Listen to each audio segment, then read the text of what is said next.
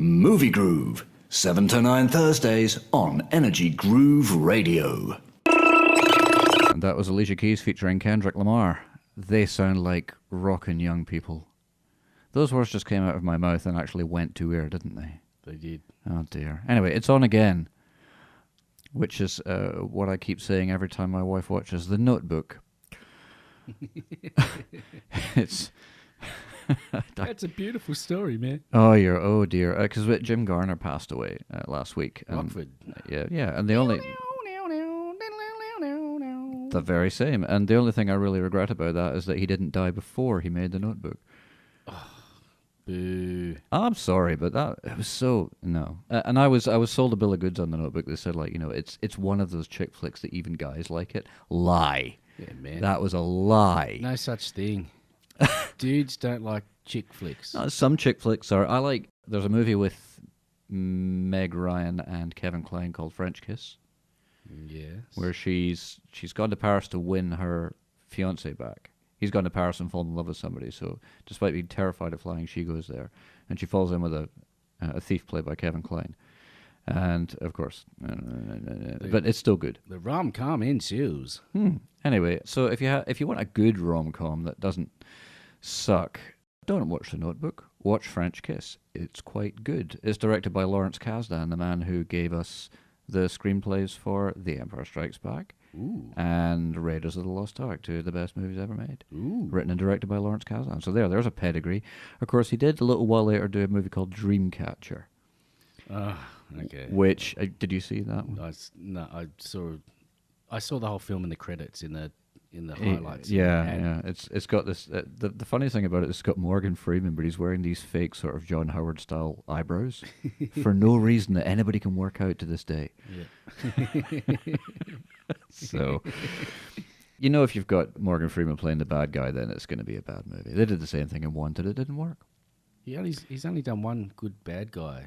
Which was? Oh, what was the guy's name? I can't remember it now, but he was talking about it the other day. What movie? But was it Hard Rain? He was a bad guy in Hard Rain. Yeah. The guy's name was Sparky or something. I don't know. But he's Sparky. Anyway, so we're prattling on. You've been away. You've been in the Caymans. No, I've been back in time.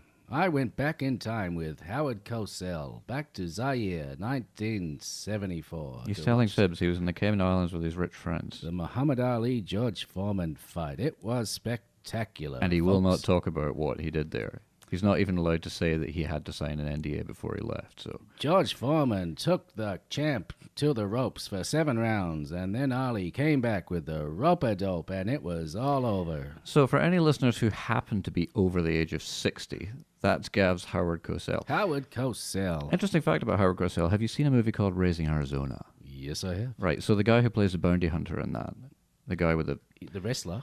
The smashed up face. Oh, no, the boxer, yes. Yeah. Yes.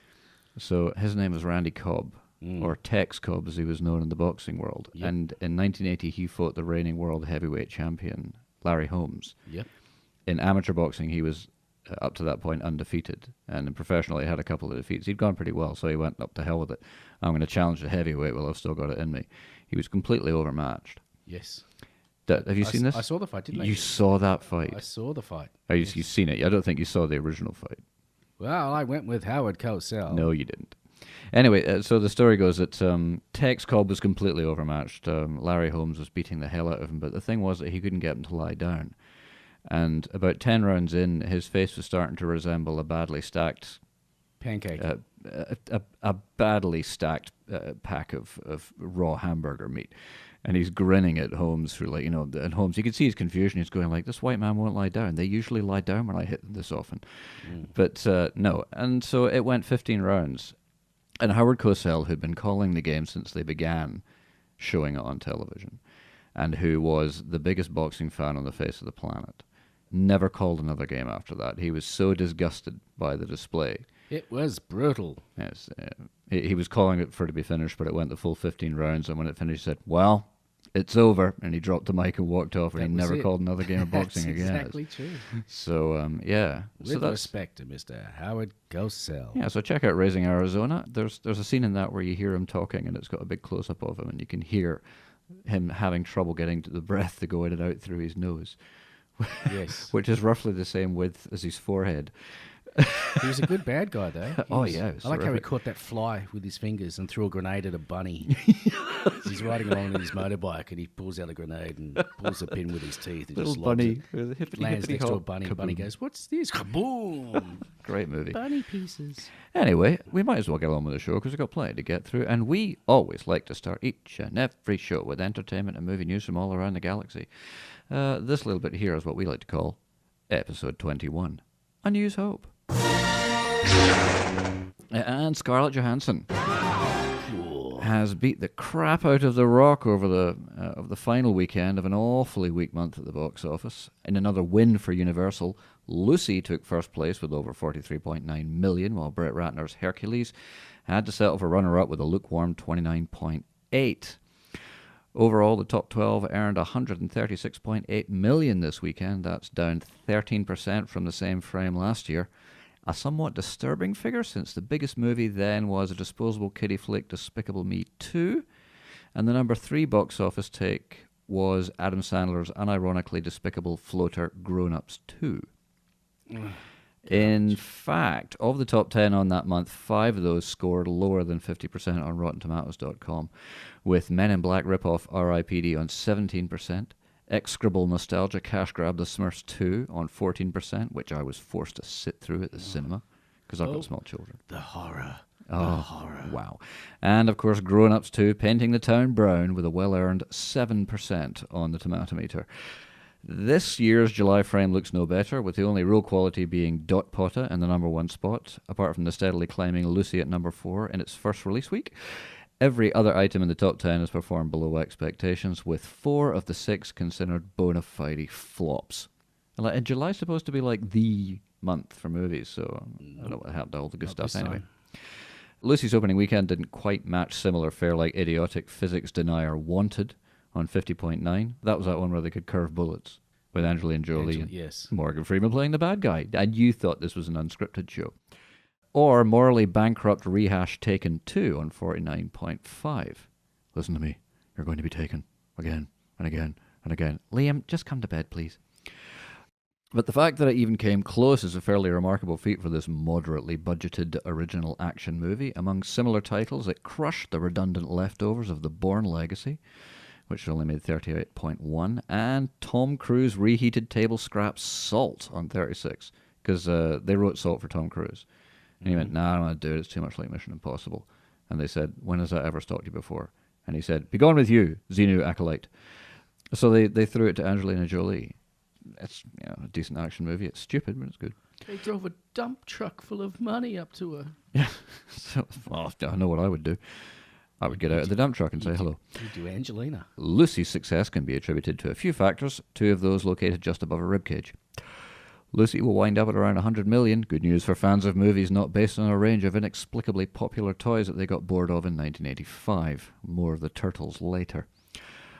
Opening wide across the country, Hercules took second place this weekend with 29.8 million. That's not a strong start in comparison to Scorpion King. Remember that one? Oh, I love the Scorpion King. 36 million, and that was 12 years ago. It also started off a bit lower than Wrath of the Titans and Immortals, which, considering the story-free CGI mess that those two clackerbarks turned out to be, can only mean that the odds of ever seeing another half-decent sword and sandals epic on the big screen ranks somewhere alongside the chances of the Hillsong Church donating all of their cash to P-Flag. Oh. Take that, the Hillsong Church. Yeah. I said, no, they're quite right. We wouldn't give all of our money to gay people. Or anyone. Certainly wouldn't pay our taxes. It could have been much worse. It's a rehash of the kind of cheesy man-perf popcorn shoveler that made Steve Reeves a gay icon back when it was still a federal offence to even be a friend of Dorothy's. The fact that Hercules got close to 30 million is a testament to The Rock's ability to mobilize his fan base just by doing similar with his unfeasibly muscular buttocks. He's been aggressively promoting the movie to his 37 million plus Facebook fans and the 7 million plus Twitter followers since filming began. Teenage boys, everyone, this fan base gave the movie a decent B+ cinema score, but with tough competition from Guardians of the Galaxy coming up. Hercules, unfortunately, has zero chance of making it to the 100 mil mark.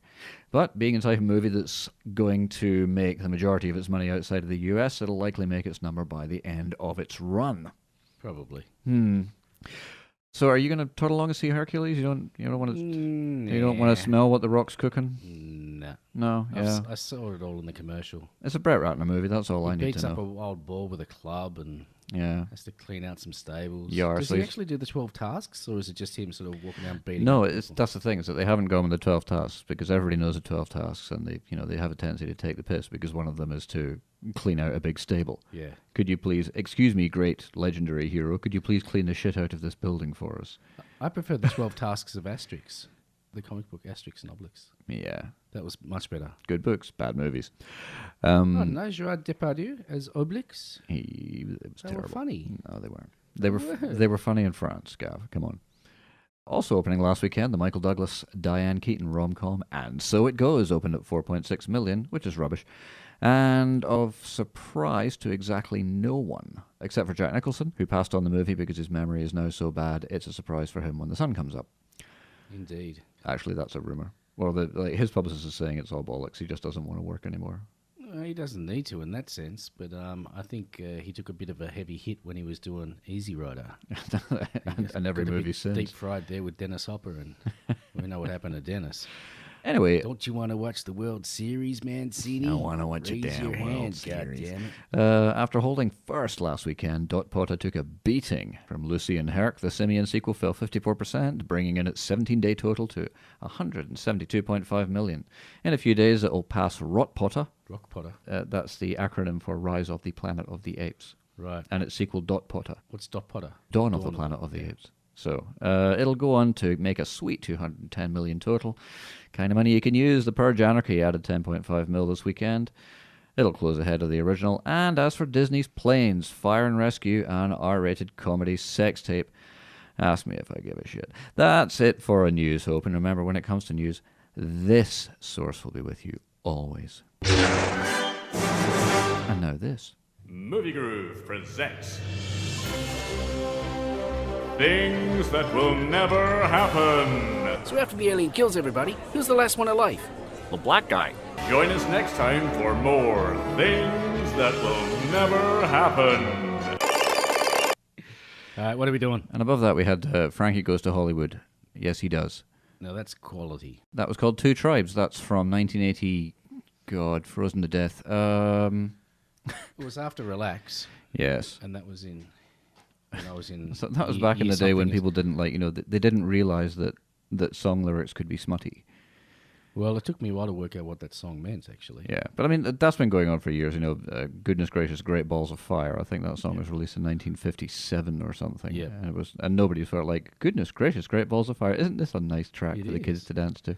I like how people didn't realize, for example, Queen, Freddie Mercury, they didn't realize he was gay. So he'd have all these tough, hard-working men The coming name out of the listening to band Well, was that's a bit of it. Queen. And the guys wearing leotards and Yeah. flaming around the stage. Or like He's not gay, is he? Or that video from the Village People about in the Navy where they're chasing that guy around a ship, like, we want you, we want you. right. And he's going, not me, man.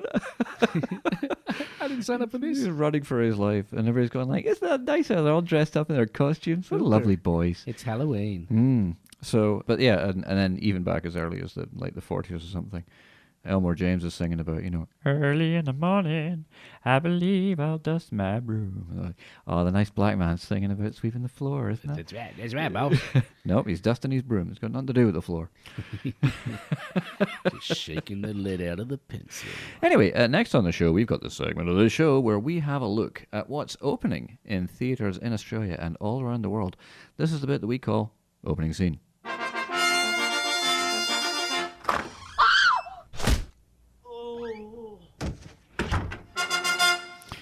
And this week on the scene, first of all, we've got Get On Up. Not you, sit down. Sit down. Do it again. Do it again, and maybe I'll sit down. Okay. Ooh. Get So- on up. James Joseph Brown Jr. was born in May of 1933 and died in 2006. He was an American recording artist and musician who became one of the founding fathers of funk music and a major figure of 20th century popular music and dance. The Godfather of Soul was he, in a career that spanned 6 decades. Brown profoundly influenced the development of several different musical genres and was recently listed at number 7 on Rolling Stone's top 100 artists of all time. Get On Up is the new biopic about the Soul legend and promises to bring something new to the dead celebrity biopic genre, in that this one is about James Brown. Yep. In the film, after suffering a personal tragedy in childhood, the young musician falls afoul of the law, makes a start in gospel singing, suffers the highs and lows of fame, enters into a string of turbulent relationships with women, endures a crisis with illegal drugs, finds redemption in the arms of true love, overcomes his personal demons, and ultimately triumphs at an allegorically baptismal live event before freeze-framing beneath text prologue telling us that his then-wife, quote, stayed with him till the end.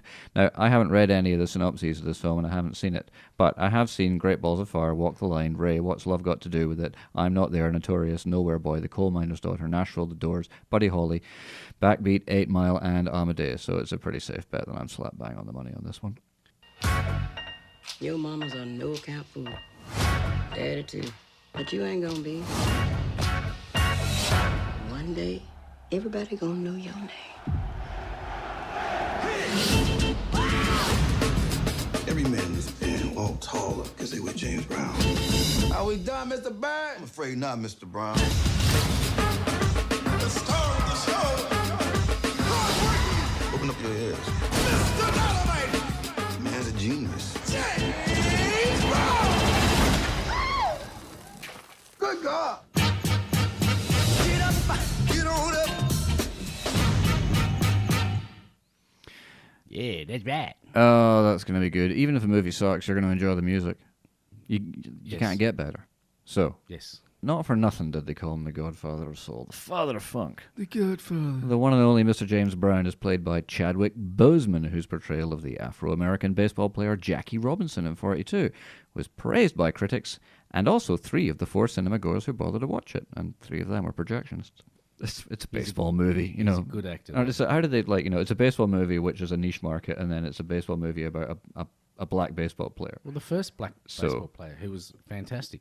by So, the way. yes, I know, but how many black baseball fans are there, realistically? 7. There you go. And 3 of them didn't go to see it. No, they were projecting. No, they were busy that day. Anyway, Guardians of the Galaxy. Oh, you betcha, from Marvel, the studio that brought you the global blockbuster franchises of Iron Man, Thor, Captain America, and the Avengers, and is unlikely to stop anytime soon, comes a new team. The Guardians of the Galaxy. In an action-packed sci-fi space epic adventure unlike anything you've ever seen before.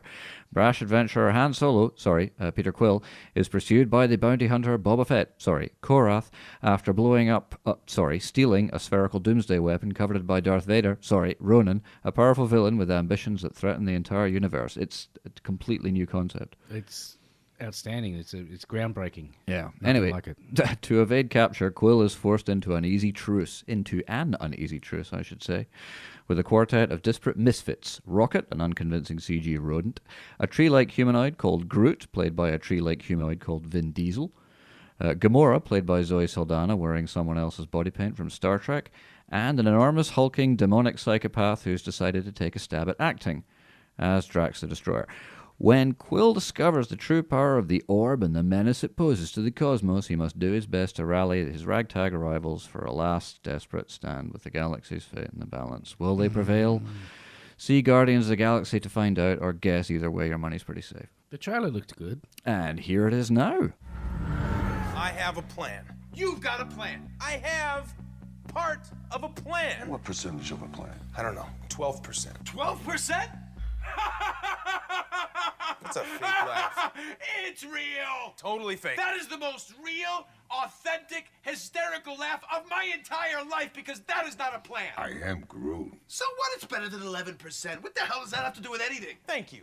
Groot's the only one of you who has a clue.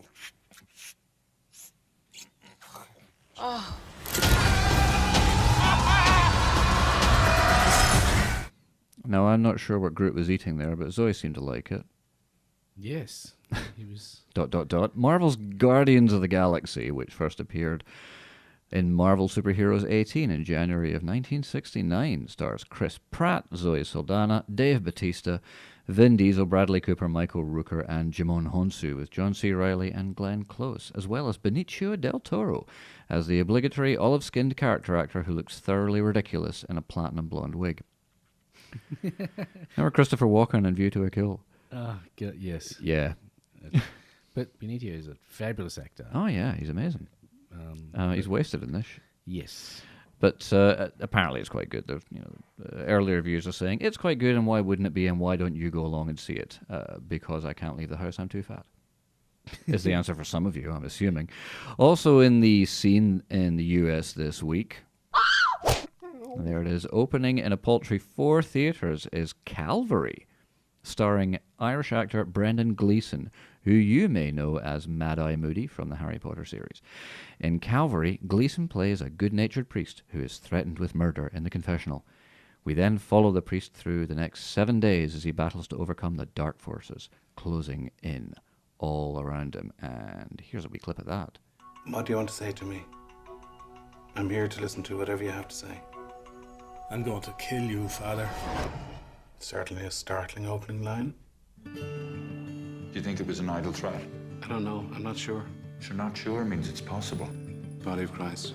Things you hear in confession these days. Do you know what felching is? I do know what felching is, yeah. I had to look it up. That's what I've always liked about you, Father. You're just a little too sharp for this parish. Interesting man, you, Father. A good man, a fine man. Nobody around here has a bad word to say about him. Makes you wonder what he's hiding. I'm going to kill you because you're innocent. I give you enough time to put your house in order. Sunday week, let's say.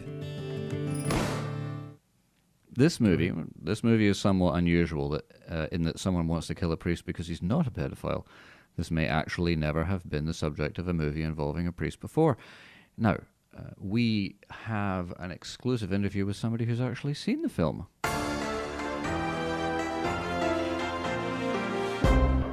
Gav, you've seen Calvary. What can you tell us about it without going into spoiler territory? I loved it. When I was away at Cayman Islands / back in time. You admitted it. That's it. Oh, no. I was on set for this film. It was made in Sligo, which is on the west coast of Ireland.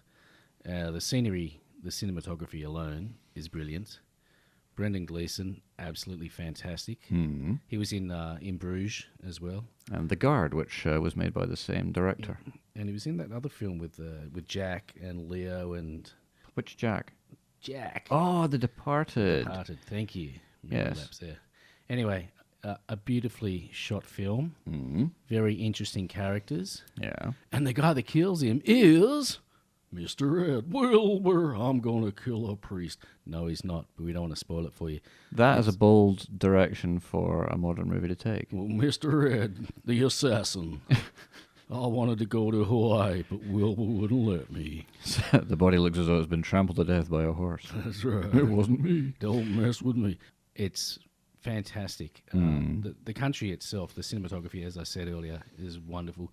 The level, the depth of all the different characters evolving around the priest are very interesting. Some of them are just all fudged up. It's Ireland. It's one of those places where you live isolated and things tend to get a little bit odd. There might be something in the water as well. We can't confirm that. And there's surfing there as well. Some of the best surf on the west coast of Ireland. Demand Calvary from your local distributor. It stars Brendan Gleeson and it's quite good. Gav gives it 2 thumbs up. Don't put them up there. Hang on. Stop it. Oh, there's still one more. I'm going to leave that one in. Wash it. No, Wash it. That's staying in. You're not having another chip until you've washed your hands. I'm staying in. Well worth a look. It's at limited cinemas, so check it out. Also opening in Australia.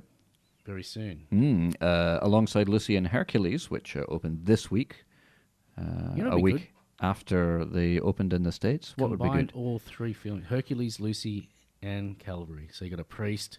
A hot chick with godlike powers has come to assassinate a priest, and only Hercules can save his life. Yes! and Mr. Ed is Pegasus.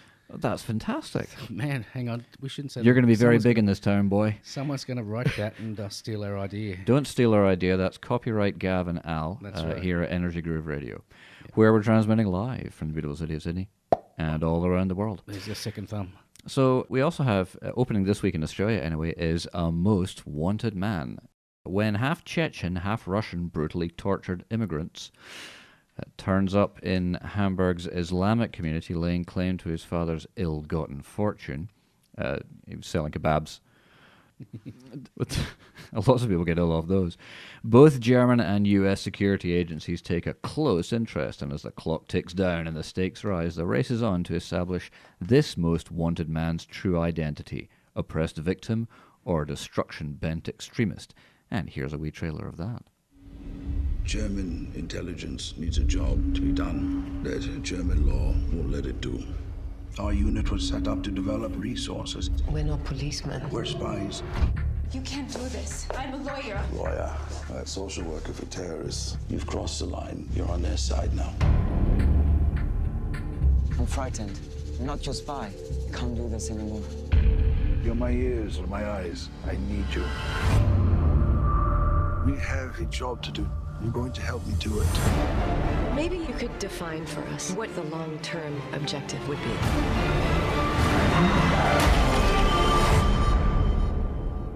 To make the world a safer place. That'll happen. Yes, starring recently deceased master character actor Philip Seymour Hoffman, the film is fans' last chance to see more Philip Hoffman, and is an appropriate way to see old Philip Hoffman. No. Yes. Yeah. I think so. But yes, it's his last film. So, so the last chance to see more Philip Hoffman.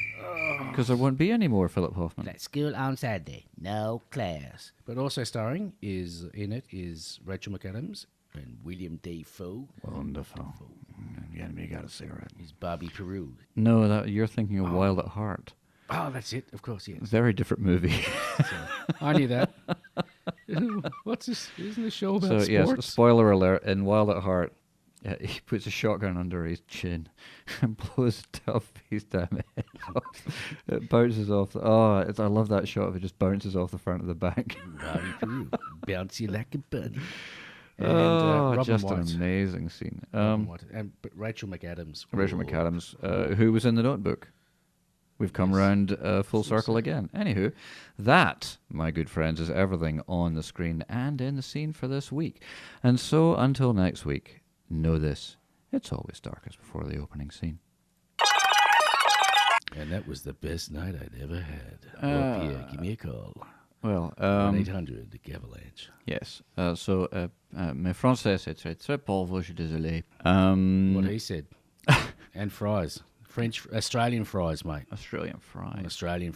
A friend of mine who was a snail, he bought a car. Yeah. And he decided to paint S on the front. And Don't back do and that. on the Don't side. do that. And Don't. I said, why? Stop. Okay, hang on.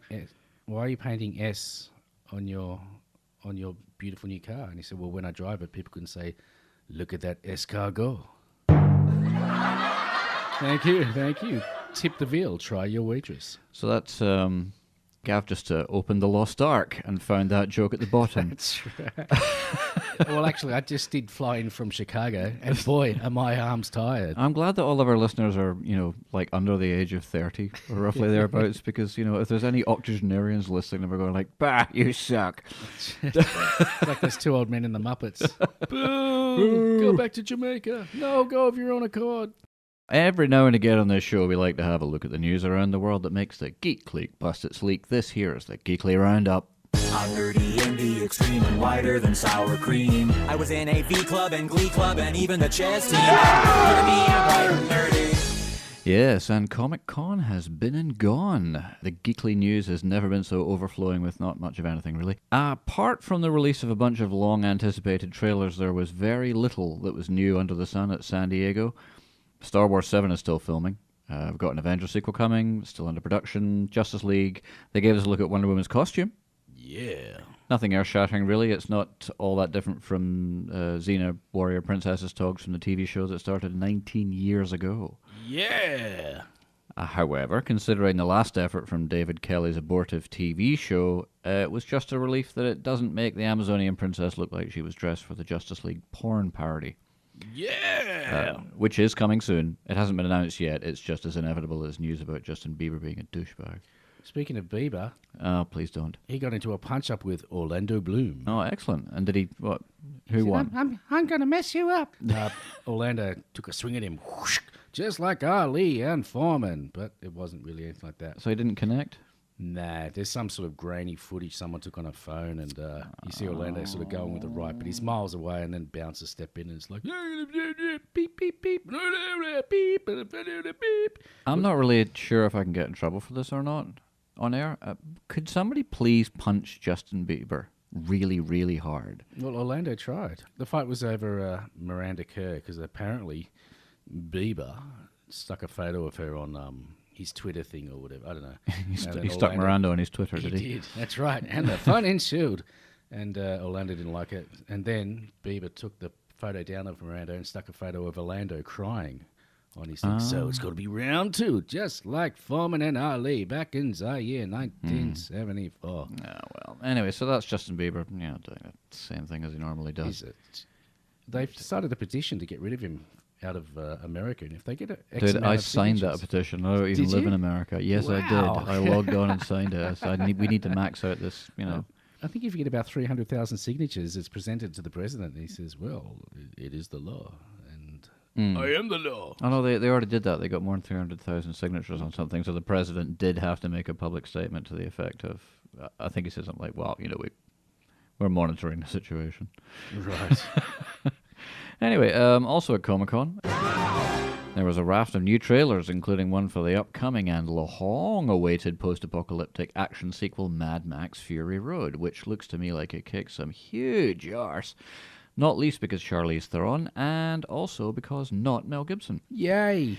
It also features the return of Aussie actor Hugh Keys-Byrne, who starred in the original Mad Max as the insane highway gang leader, the Toe Cutter, back in 1979. Yes. I don't have a clip of that one because it's mostly just engine noises and explosions. But it's awesome. He was in Stone as well, which was before Mad Max. Yeah, and he was in a really awful movie called Salute of the Jugger. Yes, You've seen that one with Rutger Hauer and Joan Chen? Years ago, Yeah. back in the days of VHS, which is like a large sort of rectangular DVD thing, kids. But Tell me more of this VHS of which you speak. Well, it was a long time ago when the world was dark. So yeah, and for those of you in the States, Salute of the Jugger was actually marketed as The Blood of Heroes. I loved it, but I was sort of... It's okay, but it's filmed in Lightning Ridge. Yes. Right? Yeah. Which is 39 degrees in winter. That's about 115 for those of you working in the Fahrenheit scale. It's bloody hot, and they're all covered in this pitch black rubber armor. Yep. And they're supposed to be playing this high octane game, but they're barely able to move. They're like, I'm gonna get you. Cut water. So anyway, but that was written and directed by David Webb Peoples, who gave us a screenplay for movies like Unforgiven and Blade Runner. Wow. Yeah, so a bit of a pedigree there. Great writer, bad director. Yes. Anyway. But The Hobbit, no, hang on, what were we talking about? We were talking about Mad Max. Yes, with no Mel Gibson. Yeah, so there was also a Hunger Games Mockingjay Part 1 teaser, for those who care, I don't. And a trailer for Peter Jackson's next Hobbit movie, the third in a trilogy of 3-hour CG-heavy slogs based on a children's book that you can read in under 2. This is Part 2, though, isn't it? No, it's Part 3. Part 3. What was the first one, then?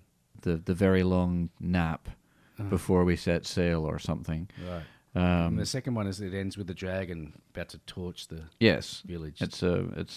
I must have slept through the first one then because I seriously cannot remember it. We went to see it together. Remember? We held hands. Oh, of course.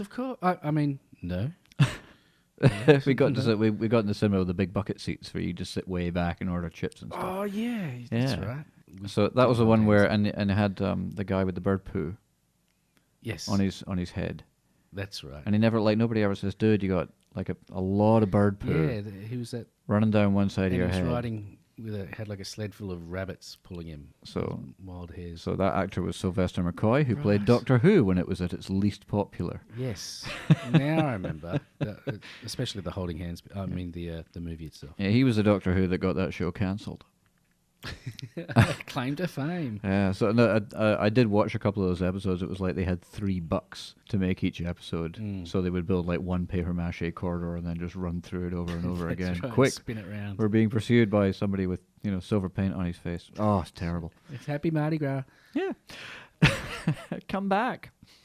Yeah, the first one. Oh, okay, Snorefest. Second one, the barrel scene was good in the second one where they're sort of fighting in those barrels going down the river. Yeah, but That was kind of cool. I saw it in the high def.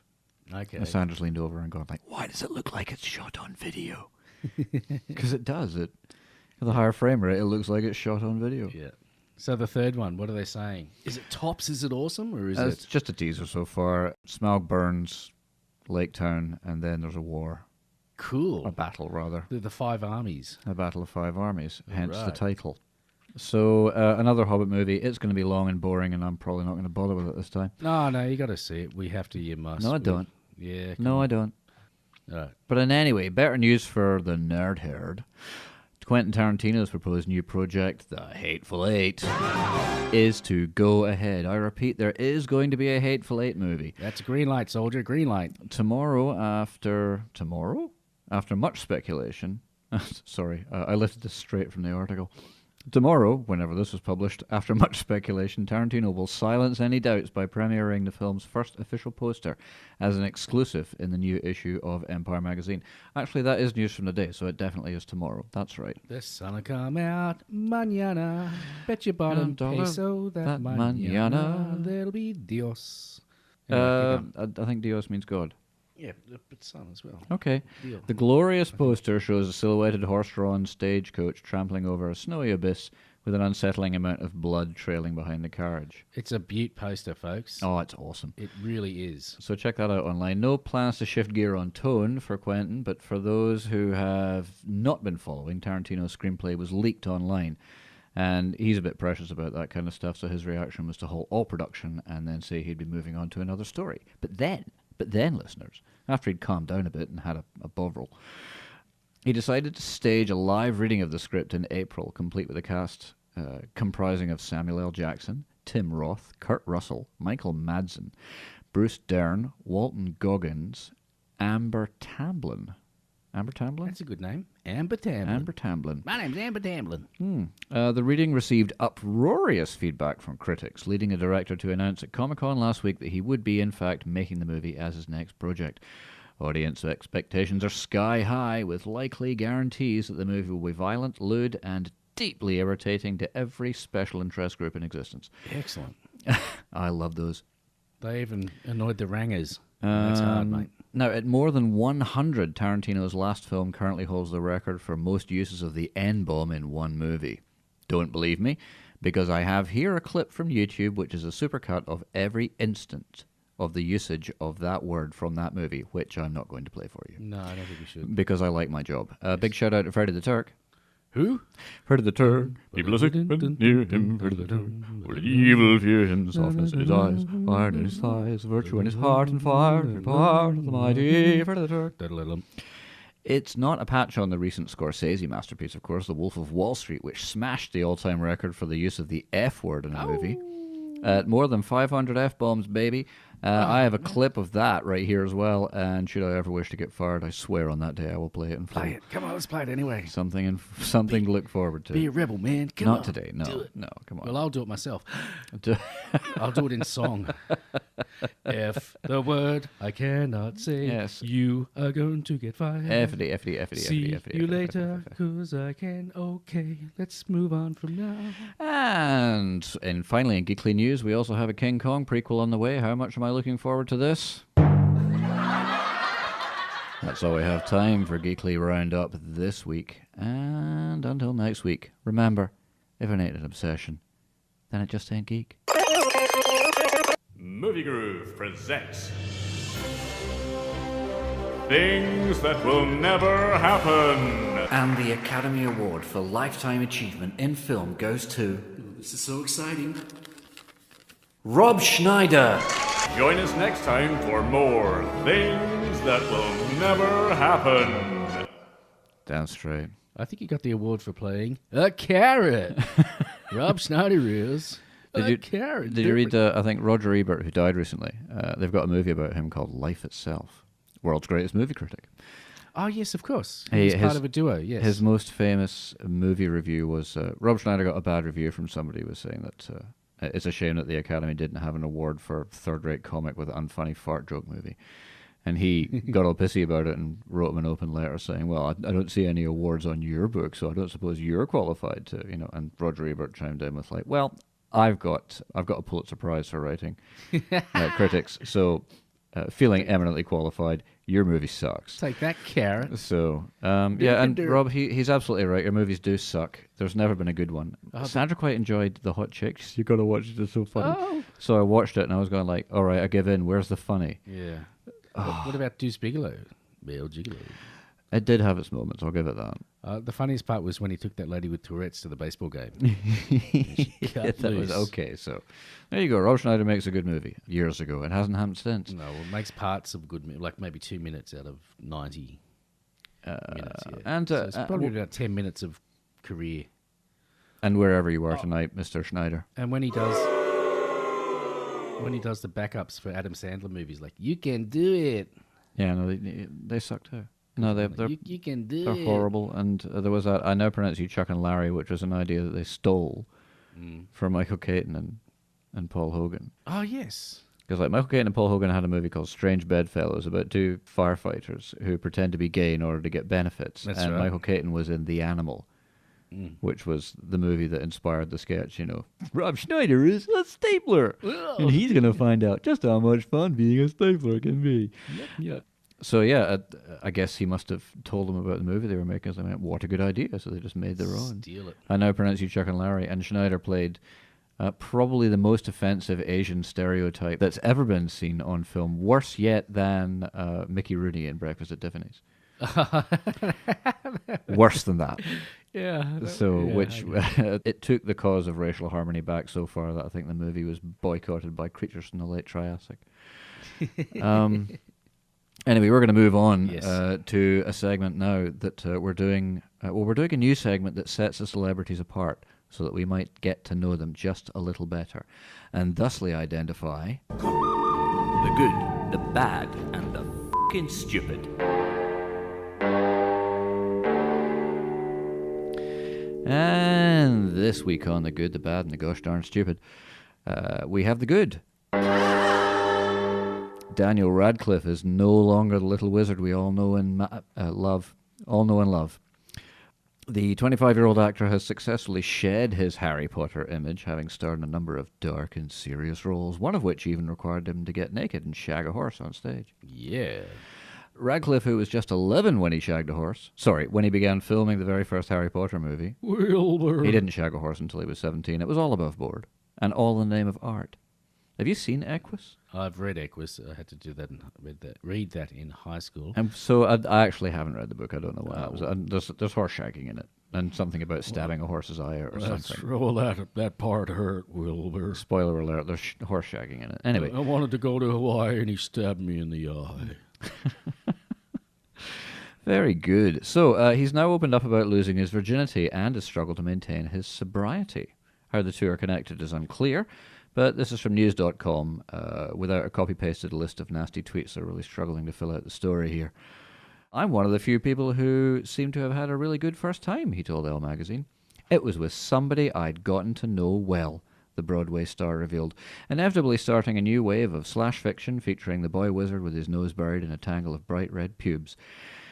In a new unofficial installment of a series entitled Harry Potter and the Love That Dare Not Speak Its Name. I'm happy to say that I've had a lot of better sex since then, but it wasn't as horrendously embarrassing as a lot of other people's were, like my friend who got drunk and did it with a stranger under a bridge. Yes, Ron, get in. Under the bridge like a chili pepper, son. That's right. Trains rolling overhead. Achievement unlocked. Trains Wow. going through tunnels. That's awesome. Anyway, the Woman in Black star has been open about his battle with alcohol abuse in the past, admitting that he struggled with drinking while filming Harry Potter and the Half-Blood Prince in 2009, but eventually he got used to the taste, so... Yes. In this latest interview, he spoke candidly about his sexual experiences since giving up booze in 2010. Quitter. For some people, sex might be better drunk, but for me, I prefer to use my penis. What an odd thing to say. So, Radcliffe stars in the upcoming romantic comedy What If, alongside Zoe Kazan and girl star Adam Driver, as well as the upcoming supernatural revenge fantasy Horns, in which he plays...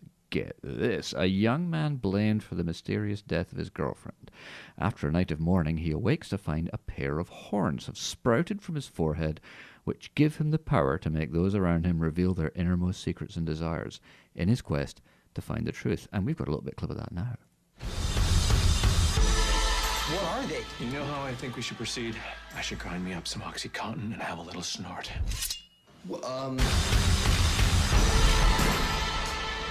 Everyone in this town is going crazy. I think it's because of me and these horns. You killed that innocent girl. Now the devil has claimed you. He didn't kill her father, and now people are telling me all these things I don't want to hear. I'm so bad. I'm bad. I'm pretty enough to be on TV, right? Admit you killed her. It'd be such a huge scoop for me. I got an idea. How about you guys beat the heck out of each other, and the winner gets an exclusive interview with me?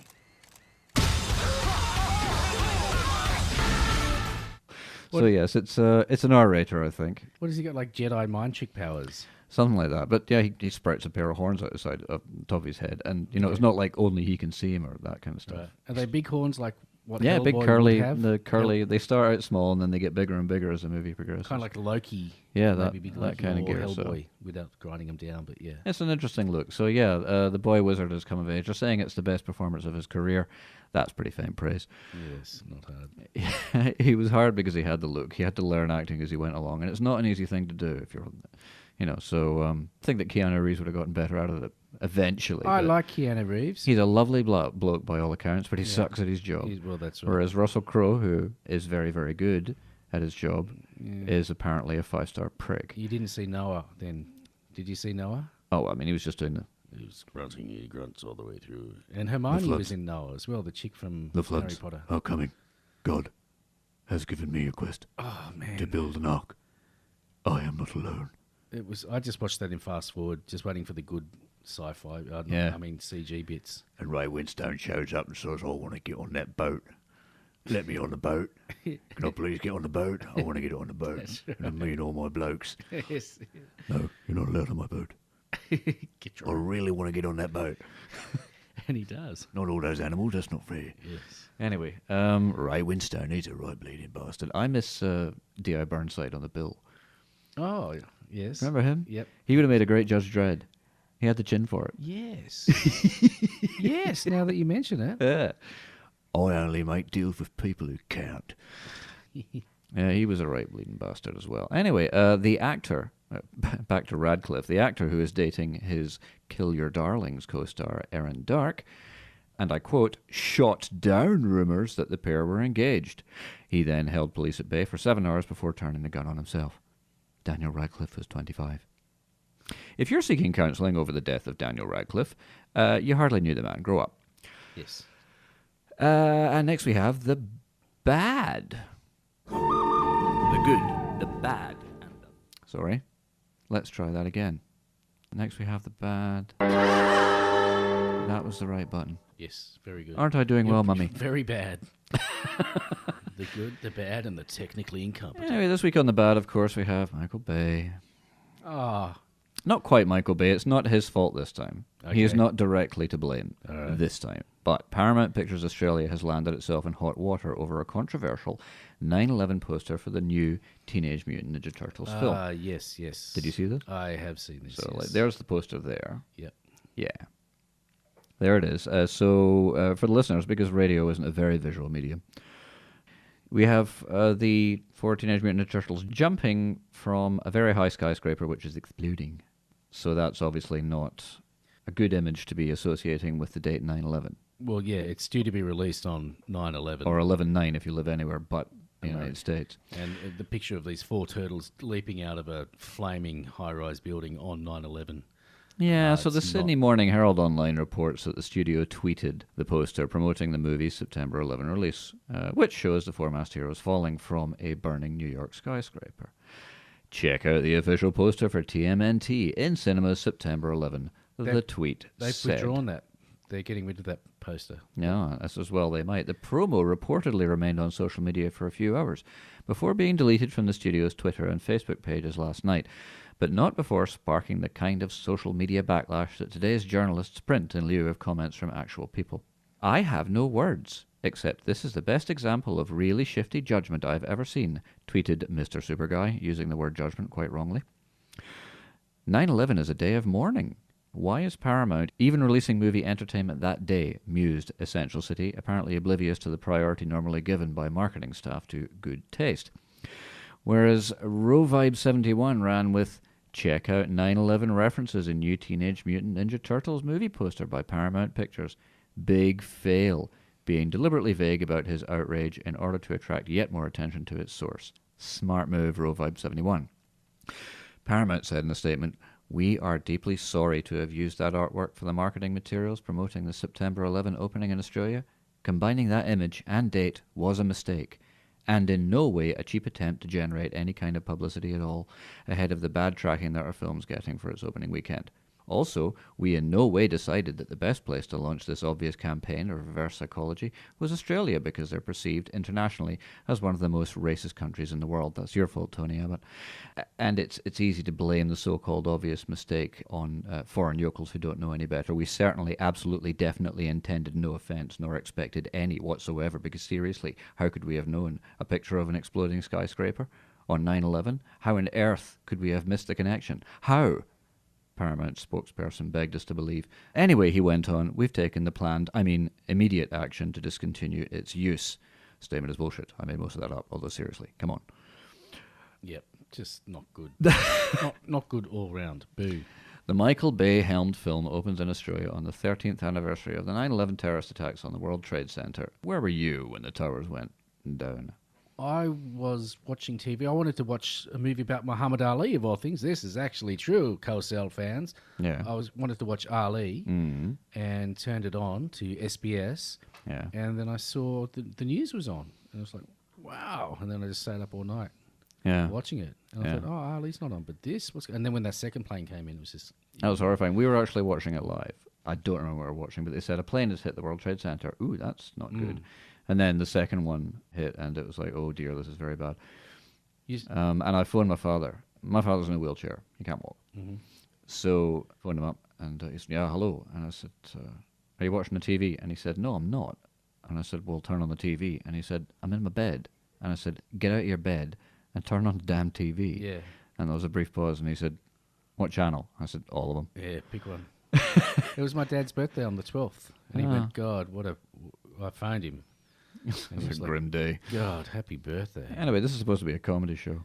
Yeah. Anyway, let's go on. Let's go on that. So, let's move on. The US version of the film poster uses a different image. Fancy that. Featuring the characters in a group shot. The action flick starring Megan Fox, Johnny Knoxville, and Will Arnett will be splattered across US screens on August 8th.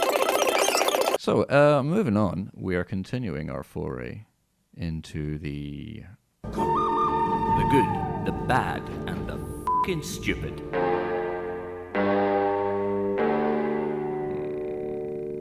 That's correct. And next, we have the gosh darn stupid. And the 50 Shades of Grey trailer is finally here. Oh.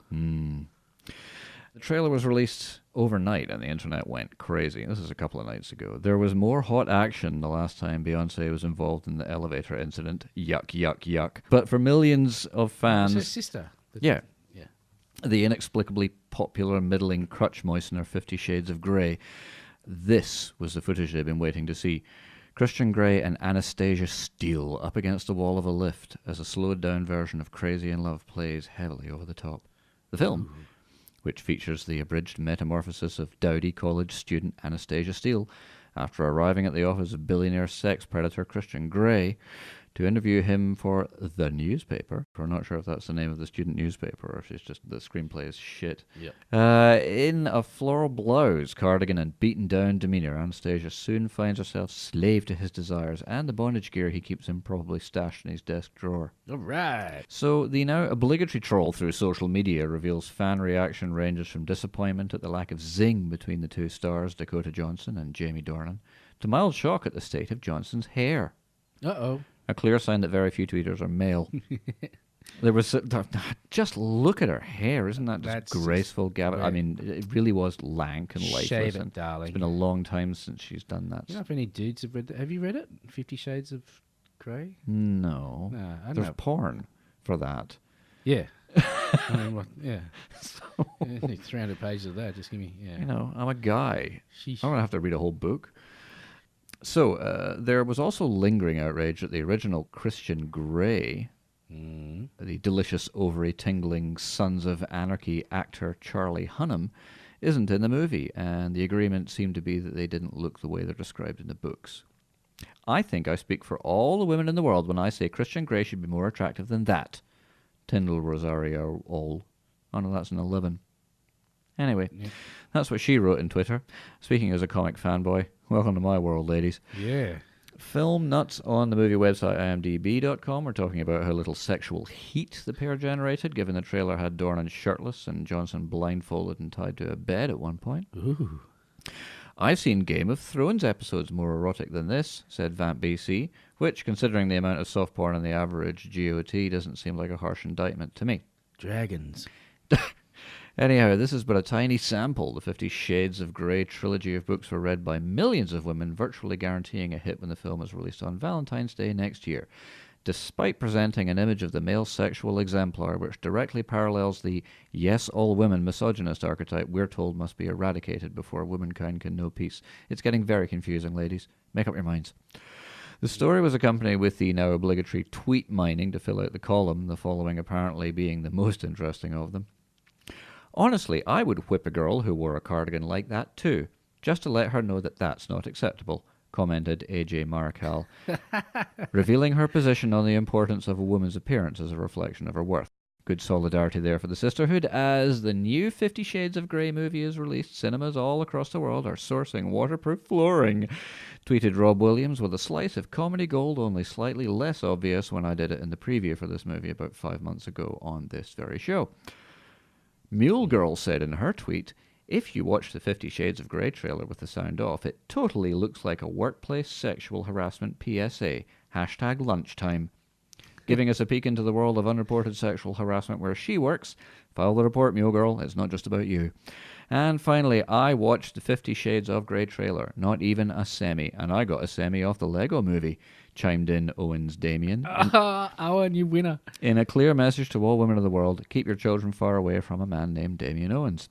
Yes. And that is all from the good, the bad, and the gosh darn stupid. Until next week, I leave you with these wise words from the late great Eli Wallach. When you have to shoot, shoot, don't talk.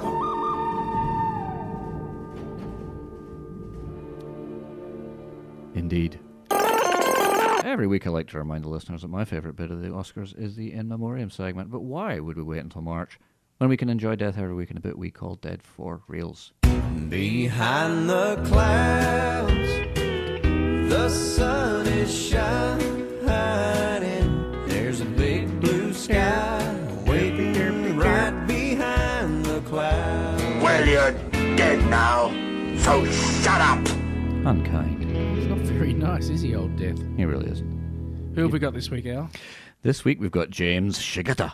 Who? Shigeta. Hey, so this now.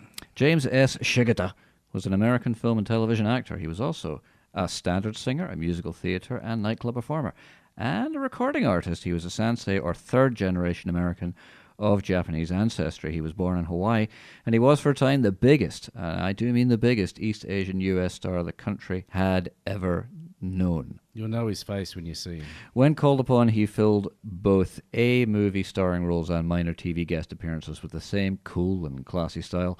An aspiring song and dance man early in his career, he had a series of romantic leading roles in the late 50s, culminating in his most important one, the lead in Ross Hunter's glitzy production of Rodgers and Hammerstein's musical Flower Drum Song of 1961.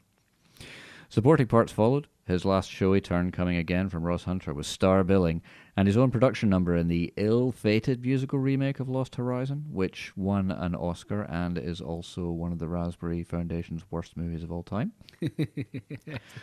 How that works, I don't know, but anyway. Anyway, along the way, there have been many notable TV guest appearances showcasing Shigeta's facility with both sympathetic and villainous roles, and to name but a few. Fantasy Island. Oh, we've got I Spy. Yes. With Robert Culp and Bill Cosby, oddly enough. Greatest American Superhero. Yeah. Ironside. Yep. Hawaii Five-0. Love Boat. The Love Boat. The A-Team. Soon will be... Oh, he was in Kung Fu. which is Quentin Tarantino's favourite TV show, The Streets of San Francisco. Starring Carl Malden. A Martin Quinn production. There's Lost Horizon, of course. I really liked his voice. He had a very smooth voice. Yeah. He was quite smooth. And he was in the Rockford Files with your man Jim Garner, who we talked about last week. He was awesome. But to nerds like me, he is known best as Joseph Takagi, the martyred CEO of the Nakatomi Corporation, who had his brains blown out by Alan Rickman's Hans Gruber in what was undoubtedly one of history's best and most influential action movies, the original Die Hard from 1989. He was also the voice of General Lee in Disney's animated classic Mulan. Shigeto spoke fluent Japanese, French, and Italian. He was the first Asian American to crack the old Hollywood studio star system, albeit briefly, and groomed as a romantic leading man. Of his career, he was quoted as saying, "I have never personally referred to myself as a star. When asked, I always say, I am an actor, a working actor. I think the term star is a vastly overused expression. That term has been used in reference to me, but it is not of my own choice." So humble. Dignity. Having survived a stroke 2 years ago, James Shigeta died in his sleep last Friday. I would take it. He was 85, and we miss him already. That is the final bow. It's curtains once again on Dead for Reals, and we'll see you on the other side. And that's also the show. We're going to wrap it up right there, because I've gone overtime yet again. Movie Groove presents Things That Will Never Happen. The A-list celebrity couple have announced that their new baby girl will be called Jane. Join us next time for more Things That Will Never Happen. Enjoy your lives. Hey there, podcasters. Thanks for choosing Movie Groove. If you're a regular listener, or even if you're a version of Groover, why not take a moment to like, subscribe, or even leave an encouraging comment. Every week, Movie Groove brings you news, reviews, and cheap shots at Michael Bay. All for a low, no price, or nothing per download. So enjoy the show. Like, subscribe, and comment. It's a little shop that shows a little love. Very good, Robbie. I couldn't hear it.